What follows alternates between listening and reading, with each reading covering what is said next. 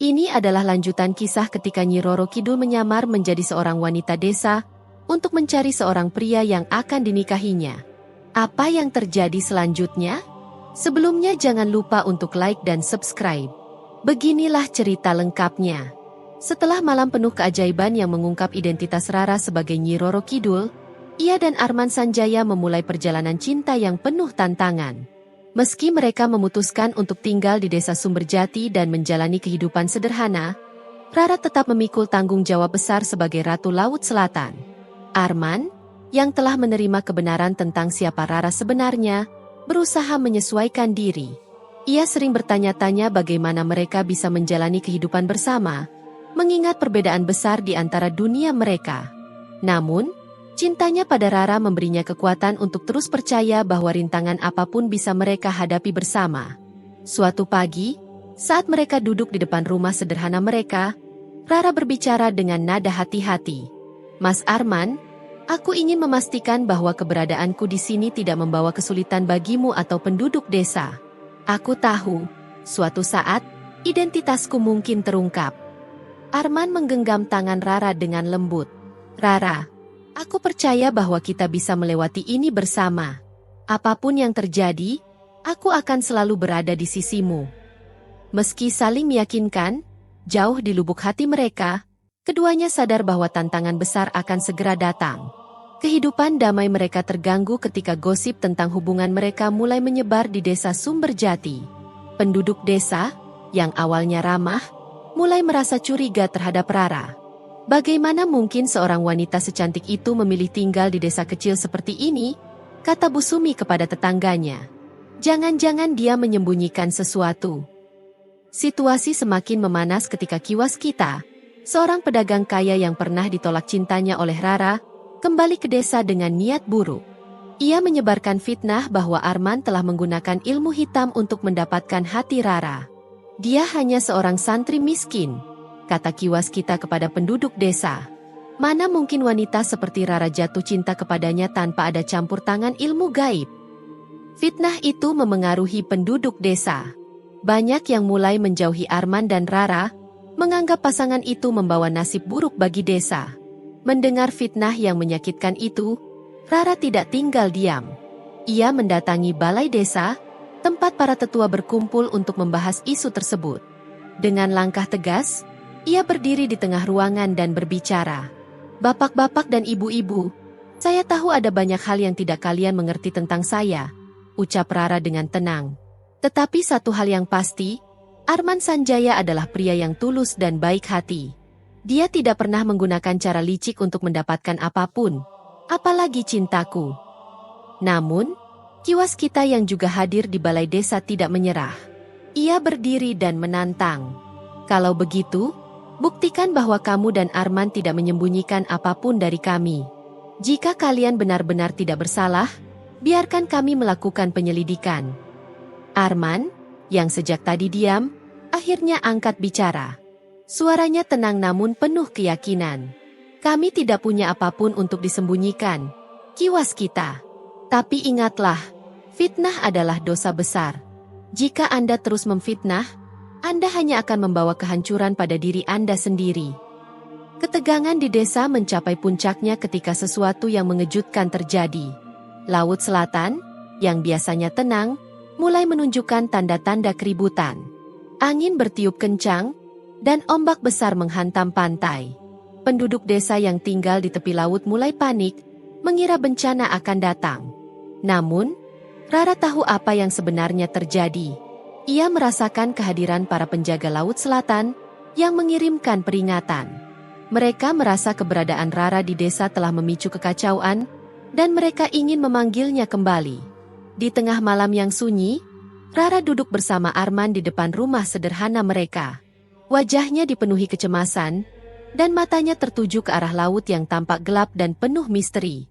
"Mas Arman," katanya dengan suara lembut namun penuh kegelisahan, "aku rasa para penjaga Laut Selatan tidak senang dengan keberadaanku di sini.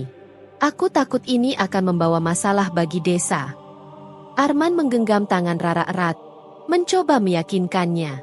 "Rara, kita akan menghadapi ini bersama. Aku tidak akan membiarkan siapapun memisahkan kita, bahkan jika itu adalah para penjaga laut. Meski kata-kata Arman menenangkan, Rara tahu bahwa cinta mereka akan segera diuji oleh kekuatan yang jauh lebih besar dari sekadar gosip atau fitnah manusia. Sementara itu, di istana megah di dasar Laut Selatan, para penjaga dan penasihat Nyi Roro Kidul berkumpul dengan raut wajah serius. Singgasana sang ratu tampak kosong, menandakan absennya pemimpin mereka. Patih Wisesa, penasihat utama, berdiri di hadapan para penjaga dengan ekspresi tegas. Keberadaan sang ratu di dunia manusia telah melanggar aturan lama. Ombak Laut Selatan menjadi gelisah, dan ini adalah tanda bahwa kekuatan kita melemah. Sang ratu harus kembali sebelum dunia manusia mencampuri urusan kita lebih jauh. Di antara mereka, Dayang Surti diam-diam merasakan konflik dalam hatinya. Ia memahami keputusan sang ratu untuk mencari cinta sejati, sesuatu yang bahkan langka di kalangan para penguasa. Namun, sebagai pelayan setia, ia tidak dapat menentang para penjaga. Jika sang ratu tidak kembali dalam waktu dekat, kita akan bertindak sendiri, tegas Patih Wisesa. Keseimbangan dunia tidak boleh dikorbankan demi hubungan yang tidak sesuai kodrat. Di desa Sumberjati, suasana semakin panas. Penduduk desa terpecah menjadi dua kelompok. Sebagian mendukung Rara dan Arman, percaya bahwa mereka adalah orang baik yang tidak pantas difitnah. Namun, sebagian lainnya, yang terhasut oleh kiwas kita, semakin menuntut agar Rara meninggalkan desa. Wanita itu hanya membawa sial bagi kita, seru salah seorang penduduk. Sejak dia datang, banjir melanda, dan kini ombak di laut semakin ganas. Di tengah keributan itu, Kiai Ahmad berusaha menenangkan para penduduk dengan nasihat bijaknya. Kita tidak boleh tergesa-gesa menilai orang hanya berdasarkan prasangka. Ingatlah bahwa fitnah adalah dosa besar. Namun, nasihat itu tidak cukup untuk meredakan ketegangan. Kelompok yang terhasut tetap bersikeras bahwa Rara harus pergi, bahkan jika itu berarti mengusirnya dengan paksa. Rara dan Arman kembali duduk di pinggir sungai, tempat pertama kali mereka bertemu. Malam itu terasa lebih berat dari sebelumnya. Suara ombak di kejauhan semakin keras, seolah memanggil Rara untuk kembali.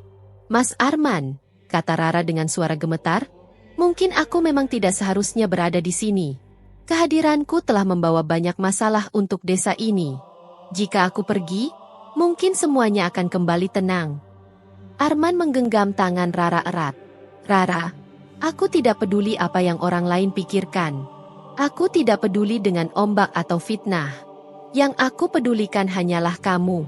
Jika kamu pergi, apa artinya semua ini untukku?" Rara menatap Arman dengan mata berkaca-kaca. Ia tahu betapa tulusnya cinta pria itu, tetapi ia juga menyadari bahwa keberadaannya menempatkan Arman dalam bahaya. "Aku mencintaimu, Mas Arman. Tetapi kadang cinta saja tidak cukup untuk melawan kekuatan sebesar ini." Percakapan mereka terhenti oleh kilat yang menyambar langit. Dayang Surti muncul di hadapan mereka. Sosoknya tampak anggun namun membawa aura kekuatan yang tak terbantahkan. "Ratu," kata Dayang Surti dengan nada tegas, "istana memanggil Anda kembali. Para penjaga sudah tidak sabar. Jika Anda tidak segera kembali, mereka akan mengambil tindakan sendiri."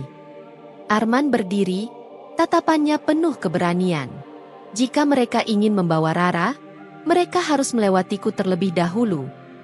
Dayang Surti menatap Arman dengan penuh iba. "Kau tidak tahu kekuatan apa yang sedang kau hadapi. Anak muda, ini bukan soal keberanianmu, tetapi soal keseimbangan dunia." Keesokan harinya, desa dilanda kejadian aneh.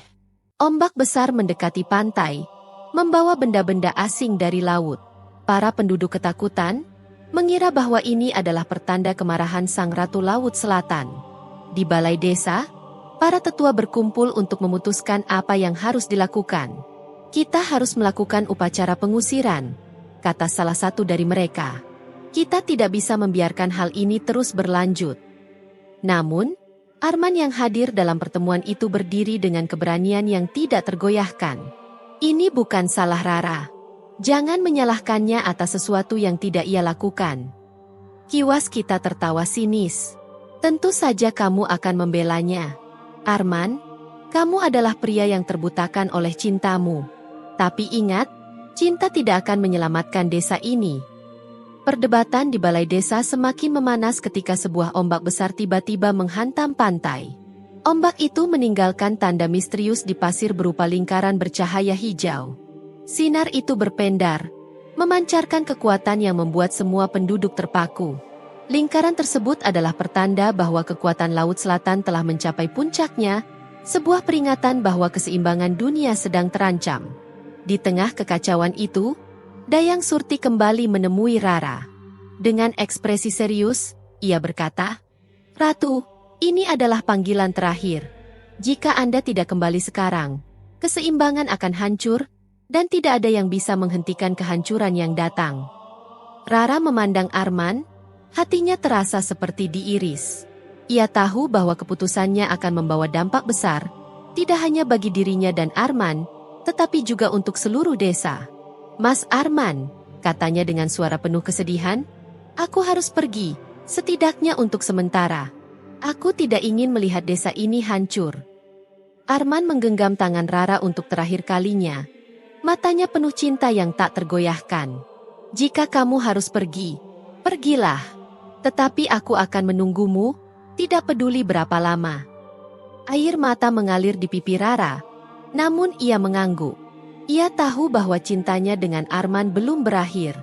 Tetapi untuk saat ini, ia harus kembali ke Laut Selatan demi menyelamatkan desa dan menjaga keseimbangan dunia. Di aula megah Istana Laut Selatan, Rara berdiri dalam wujudnya sebagai Nyi Roro Kidul. Aura kekuasaan mengelilinginya, tetapi sorot matanya menyiratkan kelelahan dan tekad. Para penasihat dan penjaga istana berdiri di sekelilingnya, wajah mereka tegang. Patih Wisesa, sosok yang paling vokal di antara mereka, berbicara dengan nada tegas. "Ratu, keberadaan Anda di dunia manusia telah melanggar keseimbangan. Ombak Laut Selatan menjadi gelisah, dan pengaruh dunia manusia mulai menyusup ke wilayah kita. Ini tidak bisa dibiarkan berlanjut."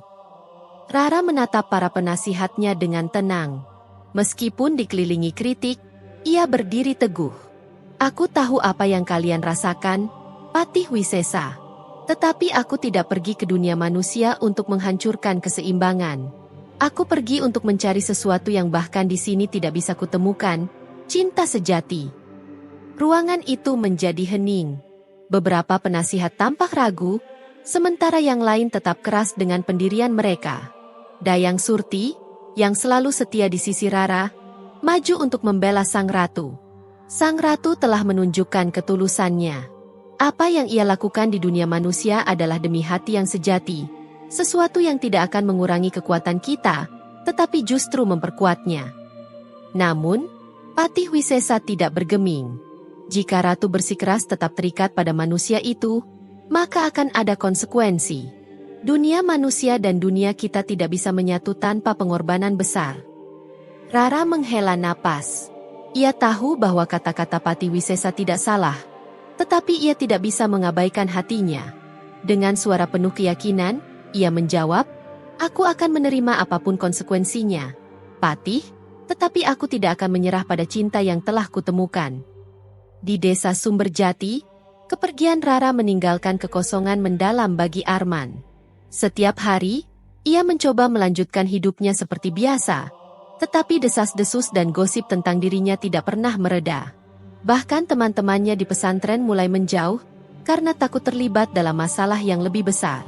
Suatu malam, setelah sesi mengaji, Kiai Ahmad mendekati Arman dan berkata dengan nada lembut, "Arman, aku tahu cobaan yang kamu hadapi sangat berat. Tapi ingatlah, cinta sejati selalu membawa ujian. Jika hatimu tetap kukuh, Tuhan akan membimbingmu." Kata-kata Kiai Ahmad memberikan Arman kekuatan untuk bertahan. Namun, tekanan dari desa semakin besar. Ki Waskita, yang merasa puas setelah Rara pergi, terus menyebarkan fitnah bahwa Arman adalah pembawa sial. "Lihat saja," kata Ki Waskita kepada penduduk desa, "ombak di pantai masih ganas. Ini semua karena pengaruh ilmu hitam Arman. Kita harus mengusirnya dari desa." Di Istana Laut Selatan, Rara memohon kepada para penjaga untuk memberinya kesempatan kembali ke dunia manusia. Ia ingin memperbaiki hubungannya dengan penduduk desa dan membuktikan bahwa cintanya kepada Arman tidak akan merusak keseimbangan alam. Dayang Surti mendukung keputusannya, menyatakan bahwa mengizinkan sang ratu kembali bisa menjadi cara untuk mempererat ikatan antara dua dunia. Dengan cinta sejati sebagai jembatan, mungkin keseimbangan baru bisa tercipta. Namun, Patih Wisesa mengingatkan, ada satu syarat jika ratu ingin kembali. Ia harus membawa bukti bahwa manusia bisa menjaga keseimbangan dunia tanpa mengorbankan kekuatan Laut Selatan. Rara menerima syarat tersebut dan bersumpah untuk membuktikan bahwa cinta sejati mereka mampu mengembalikan ketenangan Laut Selatan. Beberapa hari kemudian, Arman yang sedang bekerja di sawah dikejutkan oleh angin lembut dan wangi melati yang familiar. Ketika menoleh, ia melihat Rara berdiri di depannya, mengenakan pakaian sederhana, namun dengan aura yang lebih anggun. "Aku kembali, Mas Arman," katanya dengan senyum lembut. "Namun ada banyak yang perlu kita bicarakan." Rara menjelaskan bahwa kembalinya ia ke desa harus mendapat izin dari para penjaga Laut Selatan dan cinta mereka akan diuji sekali lagi. "Mas Arman, aku ingin kita bersama-sama membuktikan kepada penduduk desa dan Laut Selatan bahwa cinta kita bisa membawa kebaikan, bukan kehancuran." Arman, penuh keyakinan, menjawab, "Aku akan melakukan apa saja, Rara. Selama kita bersama, tidak ada yang mustahil." Kembalinya Rara membawa kebahagiaan dan kecemasan bagi Arman. Walaupun ia bahagia bisa bertemu Rara lagi, ia tahu bahwa tantangan besar menanti mereka. Rara menjelaskan bahwa untuk membuktikan ketulusan cinta mereka, mereka harus menciptakan harmoni antara dua dunia dan di antara penduduk desa. Namun, situasi di desa tidak mudah. Kiwas dan pengikutnya terus menebar ketakutan dengan mengaitkan setiap kejadian alam, seperti ombak besar dan hujan lebat, dengan kehadiran Rara. "Kita harus menunjukkan kepada mereka bahwa kita tidak membawa bencana, Mas Arman," kata Rara. "Sebaliknya, kita harus buktikan bahwa cinta kita bisa membawa keberkahan." Arman setuju, dan mereka mulai membantu penduduk yang terdampak banjir, memperbaiki sawah, serta membangkitkan semangat kebersamaan. Perlahan, beberapa orang mulai berubah pikiran, melihat ketulusan pasangan itu. Namun, tugas mereka belum selesai. Para penjaga Laut Selatan memutuskan untuk menguji Arman secara langsung. Suatu malam, saat Arman sedang berdoa di masjid kecil, angin kencang tiba-tiba bertiup, dan sosok Dayang Surti muncul di hadapannya.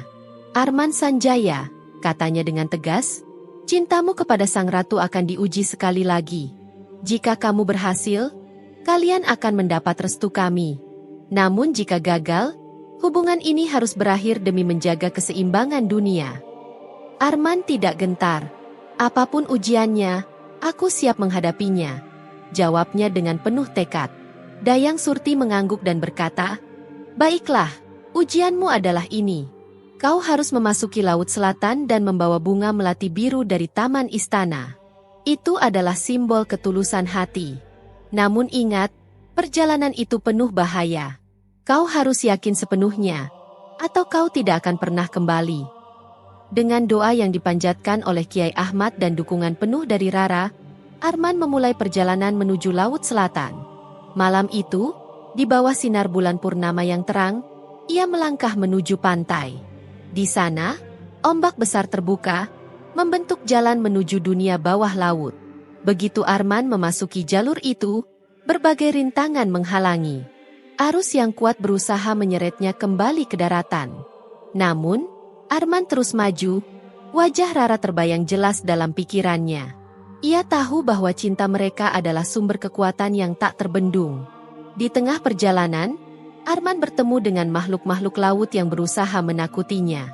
"Manusia, kembalilah ke duniamu. Tempat ini bukan untukmu," teriak salah satu dari mereka. Namun Arman hanya tersenyum dan menjawab, "Aku tidak akan mundur. Aku di sini untuk membuktikan ketulusan cintaku pada Rara." Setelah melewati berbagai tantangan, Arman akhirnya sampai di Taman Istana Laut Selatan. Di tengah kolam yang jernih, bunga melati biru yang mempesona tampak bersinar. Dengan hati-hati, ia mendekatinya dan memetik bunga itu dengan penuh hormat. Namun, ketika hendak kembali, arus besar mencoba menahannya. Dengan doa dan keyakinan yang kuat, Arman berhasil mengatasi arus tersebut dan kembali ke daratan. Sesampainya di desa Sumberjati, Arman membawa bunga melati biru yang menandakan keberhasilannya. Awalnya, penduduk desa ragu. Namun perlahan mereka mulai percaya bahwa Arman dan Rara adalah pasangan yang diberkahi. Bahkan Kiwaskita, yang selama ini menjadi musuh besar mereka, akhirnya mengakui kesalahannya. Arman, kata Kiwaskita di depan warga desa, aku salah menilai dirimu. Kau adalah pria luar biasa, dan aku berharap yang terbaik untukmu dan Rara. Arman menerima permintaan maaf itu dengan rendah hati. Kita semua membuat kesalahan, Ki. Yang penting adalah kita belajar darinya.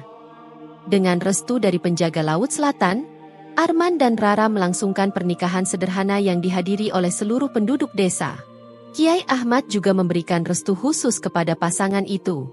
Rara memutuskan untuk tetap tinggal di desa, dengan syarat bahwa setiap bulan purnama, ia harus kembali ke Laut Selatan untuk menjaga keseimbangan. Arman menerima syarat tersebut dengan pengertian, karena ia tahu bahwa cinta sejati memang membutuhkan pengorbanan. Kisah cinta mereka menjadi legenda di desa Sumberjati. Arman dan Rara tidak hanya membuktikan ketulusan cinta mereka, tetapi juga menunjukkan bahwa dua dunia yang berbeda bisa hidup berdampingan dengan harmonis. Di akhir cerita, mereka duduk di tepi sungai, tempat mereka pertama kali bertemu. Rara menatap Arman dengan penuh cinta dan berkata, Mas Arman, aku tak pernah menyangka cinta sejati akan membawaku sejauh ini. Arman tersenyum, dan aku pun tidak pernah menyangka bahwa cinta akan mempertemukanku dengan seorang ratu. Tapi aku tahu satu hal, Rara, cinta kita adalah anugerah dan aku akan menjaganya selamanya. Di bawah sinar bulan purnama, mereka saling menggenggam tangan, menatap masa depan yang penuh harapan. Terima kasih telah menonton, dan jangan lupa untuk mendukung saluran ini dengan menekan tombol subscribe, like dan share video ini, agar semakin banyak orang yang bisa menikmati cerita-cerita menarik lainnya. Sampai jumpa di cerita berikutnya.